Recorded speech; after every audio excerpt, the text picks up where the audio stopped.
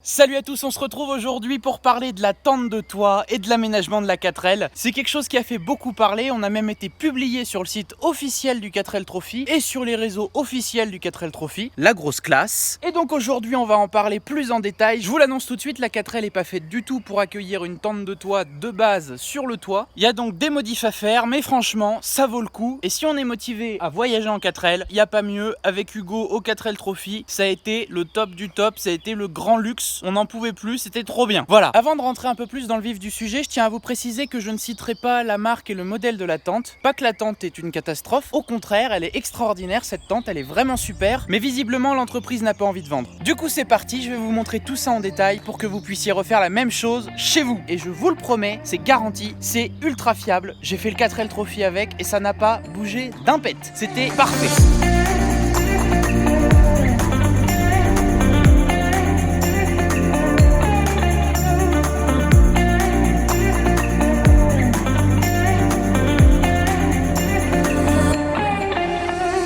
Alors, l'extérieur, voilà la tête que ça a. En comparaison avec une 4L qui aurait une galerie qui serait remplie de roues de secours, de bidons d'essence et tout ça, bah en fait c'est pas plus haut. Et même ce qui est mieux avec cette tente de toit, c'est que du coup la prise au vent est moindre, puisqu'il y a un trou entre la tente et le toit. Et du coup à la conduite on la sent presque pas. Ça fait pas de bruit, ça siffle pas, elle est vraiment super légère. Cette tente elle fait que 17 kg, c'est son gros point fort sur une 4L, c'est très important. Sinon le ballon est insupportable. Et du coup, grâce à ce poids qui est très léger, on peut se permettre de faire des petites attaches qui sont un peu plus légères que si c'était une grosse tente de toit énorme, très lourde, avec des armatures dans tous les sens. Et franchement ce qu'on a fait, on s'est pas cassé la tête, on a fait avec ce qu'on avait sous la main. Il y a juste un truc un peu chiant à faire, je vous l'accorde, c'est cet arceau. Et justement cet arceau qui est repris sur le châssis et sur la carrosserie à des points très solides, c'est quelque chose de très important parce qu'on n'y pense pas assez au développement, mais en fait la tente de toit fait 20 kg environ, la plateforme avec l'échelle font environ 5 kg, et tout ça additionné, on va dire que ça fait 25 kg, mais ce qu'il faut pas oublier, c'est que oui, quand vous allez rouler, l'ensemble ne va peser que 25 kg sur le toit de la 4L, ce qui est en soi pas énorme, c'est comme si vous posiez 2 roues de secours et un bidon d'essence quoi, mais il faut aussi penser que vous allez potentiellement monter à 2 personnes dans cette tente de toit, ce qui est quand même énorme, donc on va prendre très large, on va dire que vous rajoutez 200 kg, il faut donc que le toit de la 4L puisse supporter 250 kg en prenant très large, histoire que ça s'affaisse pas, qu'il n'y ait pas de problème à l'utilisation. Du coup c'est pour ça qu'on a fait cet arceau qui est très solide et qui est repris à 5 points de chaque côté, donc 10 points. En gros il est repris dans l'aile avant, sur l'aile arrière, et là au niveau de la goulotte il est repris ici, ici et ici, ce qui fait que toute la caisse est rigidifiée et quand on monte dessus, toute la charge est répartie sur l'ensemble de la 4L et donc ça ne bouge pas. Dans mon cas j'ai choisi vraiment la solidité maximale, j'ai mis du tube assez gros pour faire un peu comme une galerie arceau entre guillemets, puisque ce n'est pas un arceau, hein. C'est pas du tout homologué comme ça, c'est pas du tout solide comme un arceau, mais ça aide vachement à rigidifier la caisse, surtout pour monter sur le toit. Du coup, voilà la petite plateforme qui a été fabriquée exprès pour cette tente de toit. Donc petite plateforme très simple, avec une petite échelle de camionnette reprise sur le pare-choc. Donc ça fait une gueule vraiment sympa, et ce qui est super pratique,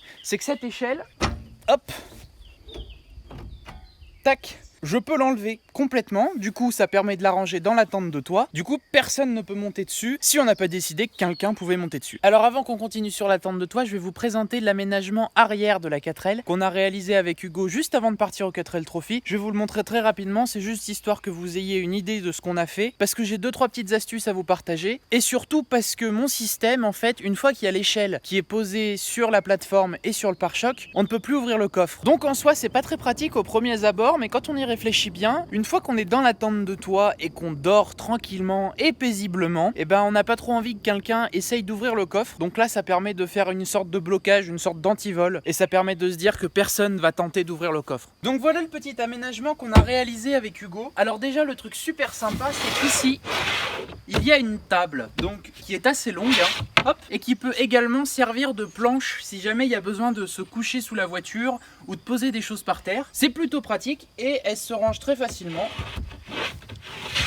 Voilà, donc ensuite dessous, il y a des cases où nous on rangeait la nourriture, donc le point bas, les boîtes de conserve, tout ça. C'est pas très haut, mais en fait ça suffit largement pour glisser les petites choses au fond dans des cartons. Et ici, chose qui nous a servi énormément, on voulait faire un peu une sorte de coffre-fort avec des cadenas dans tous les sens et tout. En fait, on a abandonné l'idée quand on est au 4L Trophy, c'était beaucoup trop chiant. Mais ce qu'on a remarqué, c'est que c'était le seul endroit de la voiture où il n'y avait pas de sable. Et en fait, le fait qu'on ait une trappe ici pour accéder à une case où on peut ranger des choses, et ben dedans, c'était totalement à l'abri de la poussière. Il y avait 0 grain de sable. 0 poussière, franchement pensez-y, c'est un peu comme un tiroir, sauf que du coup c'est pas un tiroir qui fait 50 kg parce qu'il est plein, là c'est juste une trappe et vous accédez derrière. Ensuite nous on a fait le choix de mettre une planche au niveau des fenêtres, ça permettait de garder la visibilité dans la vitre arrière quand on roulait, et puis ça nous permettait de ranger différentes choses comme les vêtements, les petites choses qui doivent être accessibles rapidement dans une journée et on n'a pas envie de les chercher au fond de l'aménagement et tout ça. Donc là c'était vraiment pratique, et puis comme c'est à hauteur des fenêtres, ça fait un peu comme une plage arrière très grande et visuellement ça encombre pas la 4L. Pour ce qui est du côté, ça a été pensé exactement comme à l'arrière, donc des espaces plus ou moins accessibles en fonction de ce qu'on y range. Donc par exemple dans cette case là, qui est séparée en deux au milieu, vous voyez là, et ben on rangeait les vêtements. Du coup c'est à l'abri de la poussière, il n'y a pas de poussière qui rentre, et chacun on avait un côté séparé où on pouvait ranger nos affaires pendant le 4L Trophy, et dessous on avait une case plus longue pour ranger tout ce qui était de caisse à outils, cardan, toutes les pièces mécaniques qui en fait ne servent quasiment jamais ou en cas d'urgence. Et ici ce qui est top, c'est que vous voyez là il y a un petit retour de la planche, et en fait juste dessous il y a juste l'espace entre les sièges pour loger les 2 roues de secours et un peu de bordel entre les roues, mais du coup les roues étaient bien calées, elles ne bougeaient pas, et les sièges sont en plus rabattables, ce qui permettait de sortir les roues de secours beaucoup plus facilement que si les sièges n'étaient pas rabattables. Donc voilà à quoi ça ressemble devant. Vous voyez qu'il y a les traces de pneus des roues qui se baladent quand même un petit peu. Le bidon d'eau là qui est sous le filet, en fait normalement il est droit derrière le siège conducteur, et on mettait un tendeur autour de l'appui-tête pour bien le maintenir droit, et du coup dès qu'on ouvrait la porte on pouvait ouvrir le robinet sans que l'eau coule partout, et c'était plutôt pratique, et franchement l'aménagement on en est plutôt content. On va donc maintenant passer à la tente de toit, la chose que vous attendez le plus et que j'ai moi aussi envie de vous présenter à mort. Donc c'est parti, je vous pose sur le trépied et je vous présente tout ça. Vous allez voir, je vais la déplier, il n'y a rien de plus simple, ça prend quelques minutes et c'est prêt très très rapidement. Alors on prend l'échelle, on la met dans la petite plateforme, en haut, tac, c'est coincé, paf. L'échelle est fixée nickel. Ensuite la tente de toit en elle-même est protégée juste par une bâche camion et qui est fixée avec des clips. Donc il y a juste à défaire les 8 clips de toute la tente. Et ensuite on peut retirer la bâche. Hop là. Donc là rien de plus simple.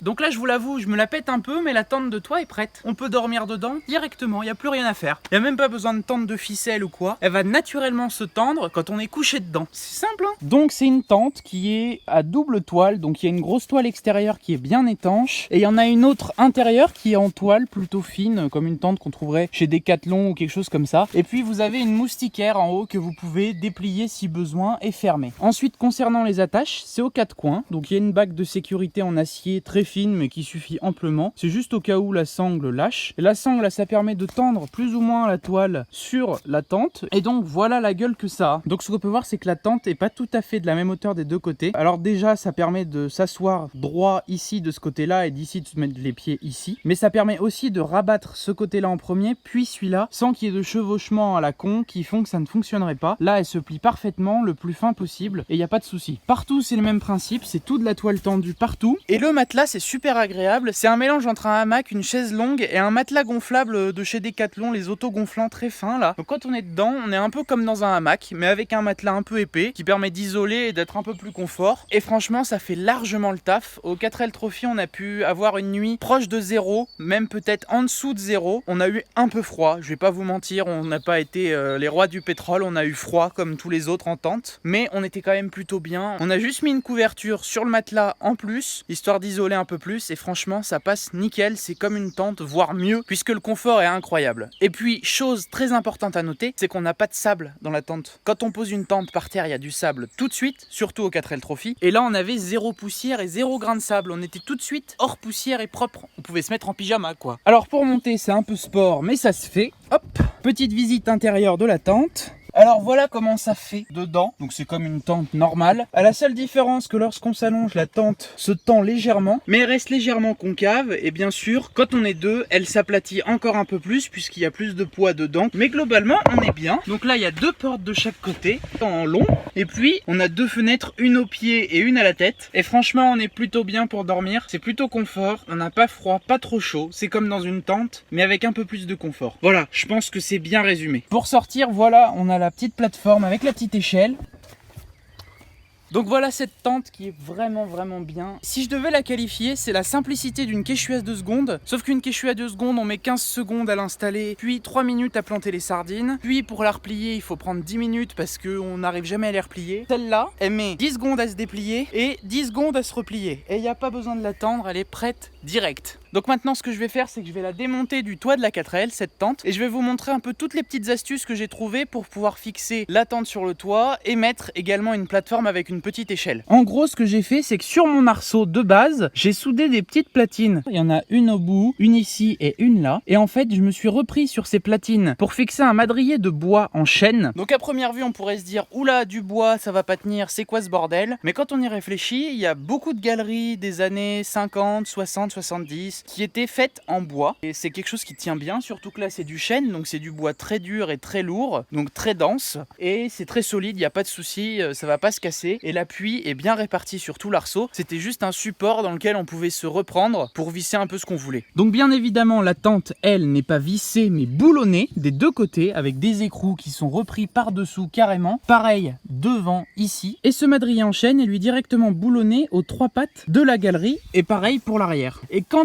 à la plateforme, pour ces fixations, on a repris du coup avec un boulon à ce niveau-là. Donc c'est un boulon traversant pareil comme les autres boulons. Et on a fait une petite structure plate très solide avec des petites planches de bois histoire de faire un peu vintage, un peu joli. Et ici c'est repris avec des fixations galerie de 4L standard. Voilà, donc ça permet de bien se reprendre dans la goulotte et de bien maintenir la plateforme lorsqu'on roule et surtout lorsqu'on monte dessus. Pour ce qui est de l'échelle, en bas on a pris un tube d'un diamètre légèrement supérieur au tube du pare-choc qui permet de l'emboîter dedans. Donc en fait pour l'emboîter il suffit de donner un coup, tac, c'est emboîté et ça bouge plus, c'est bien centré, il n'y a pas de souci. Et en haut, le petit système qu'on a trouvé, on a mis un petit tube fendu et en fait le haut de l'échelle est posé sur une petite tôle d'acier qui passe dans la fente et qui permet lorsqu'elle tourne de se verrouiller dans le tube et donc on ne peut plus enlever l'échelle. Allez, maintenant on retire la tente de toit, c'est parti.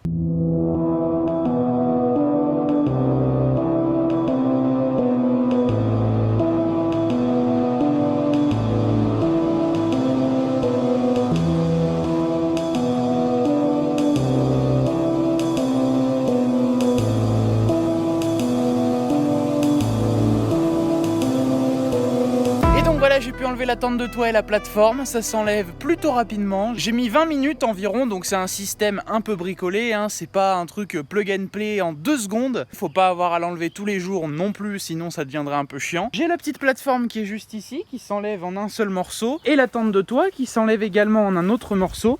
Donc vous avez vu dans le petit timelapse que pour la porter tout seul, c'est un peu difficile, mais c'est pas parce qu'elle est lourde, c'est parce que c'est très encombrant et à équilibrer quand on le porte, c'est plutôt compliqué. Donc pour la mettre ou l'enlever, il vaut mieux être 2 personnes, mais sinon elle est légère, il n'y a pas de souci, ça se fait très facilement. Donc vous venez de voir que vivre en 4L, bah en fait c'est possible, il n'y a rien de plus simple, il suffit juste une tente de toit et un petit aménagement intérieur tranquille, très basique, et puis ça fait largement l'affaire, il y a de quoi mettre un réchaud, un peu d'eau, de quoi dormir, de quoi s'habiller, de quoi réparer la voiture, comme dans un camping-car, quoi, ça va tout seul. Donc maintenant que j'ai cette tente de toit et cette 4L qui sont plutôt prêtes à voyager, qui ont fait leurs preuves, bah je peux que vous dire qu'il va y avoir d'autres voyages, je sais pas quand, je sais pas de quelle durée, dans quel délai, mais j'ai déjà des idées de voyage en 4L avec cette tente de toit. Mais voilà, j'ai tout ce qu'il faut, j'ai plus qu'à préparer un peu mieux la 4L dans la prépa 4L 2.0, mais ça je vous l'ai dit dans la vidéo précédente. Voilà, sur ce je vous dis à très bientôt dans une prochaine vidéo. Si ça vous a plu, laissez un petit pouce bleu, commentez, partagez, abonnez-vous, vous êtes de plus en plus nombreux, je vous en remercierai jamais assez. Moi je vous dis à très bientôt dans une prochaine vidéo. Allez, salut! Je suis dans ma R4, 4, 4, 4 en mec bien. Je suis dans ma R4, 4, 4, 4 En sabot. Je suis dans ma R4, 4, 4, 4 En mec bien. Je suis dans ma R4, 4, 4, 4 Et ouais. Je sais tirer même qu'une fois je l'ai plombé. Il avait ses fesses sur ma caisse. Faut pas